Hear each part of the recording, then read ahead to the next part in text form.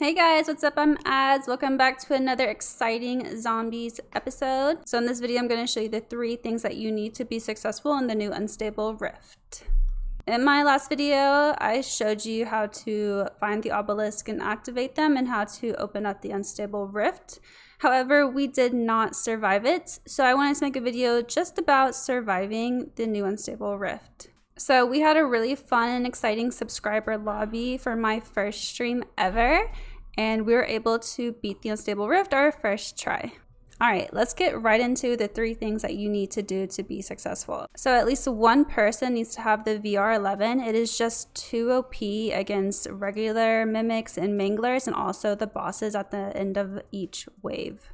Like here, the VR just melts this boss. So the VR is the first thing that you need to be successful. All right, let's take a look at the second thing that your team needs to be successful. So there's been a lot of hype around the grenade launcher and the dead wire detonators and defeating all these zombies. So I had to try it out for myself. I tried it out with and without the conversion kit. Either way is fine. So let's see how the GL does against regular zombies, elite zombies, and mini bosses. So here's the GL against a regular mimic and a regular mangler. As you can see, it doesn't really do much damage to them. Here is a mini boss mangler against the GL. As you can see, I'm shooting him point blank and it's not doing anything to him. And here is the GL against the phase 1 mimic boss. It took us a very long time to take down this boss with just the grenade launcher, so it does waste a lot of time and it is not very efficient for bosses or elite zombies. So the only thing I recommend the GL for is crowd control. It is very good, so I do recommend at least 2 people bring in a GL with the dead wire detonators and an ammo mod to go with it. So in my other video, I talked about how to find the obelisk and how to activate them. If you want to watch that, the video is up here. So let's just get into the third thing that you need to be successful in the new Unstable Rift. Okay, so here is the gameplay from my first successful Unstable Rift, and we're going to talk about what we did to survive it and how we were successful. So I kept my Scorcher and I dropped my SOA Subverter for the VR11. I didn't bother pack-a-punching the VR11 because I knew once I get into the portal, it will pack-a-punch it for me and it'll give me golden armor. So you do not need to bring those things into the game with you and waste them. We had a team of 5, however, we did complete it with a team of 3 as well, using the same exact strategy. So there is this ledge on the left side of the map that is pretty good, but you can only get to it with this Scorcher. So this ledge is good because the zombies can only come from behind you. If you decide to pick this left side with your team, there are some good setup spots that I recommend. So if you use this side, these are the locations where your teammates need to stand and stay there the entire time. The first one is a person is on the ledge, focusing on the zombies that come up from behind the ledge. The person with the GL needs to focus on watching the stairs and the hordes of zombies that are coming up the stairs. One person needs to focus on the zombies coming in from the left side, and another person needs to focus on the zombies coming in from the right side. So again, I recommend the grenade launcher and the VR11 and the Scorcher. All 3 of these weapons will keep the zombies under control, and the VR11 can focus on those mini bosses. So the next location is the one that we decided to use during this video.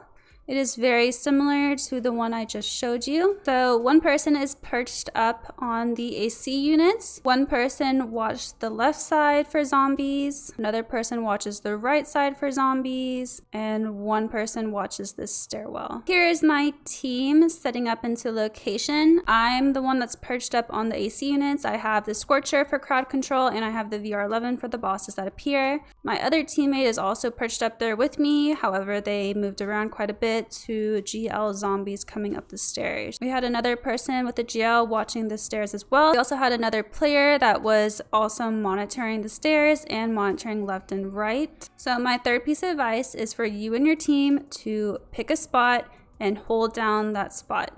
If you do not hold down that spot, you will die constantly. You will constantly die. You probably won't make it out with your loot, and then you'll have to start all over, getting your level 3 rucksack and vest, and it's just not fun. Okay, so don't be that person. Stay with your group, stay in the spot.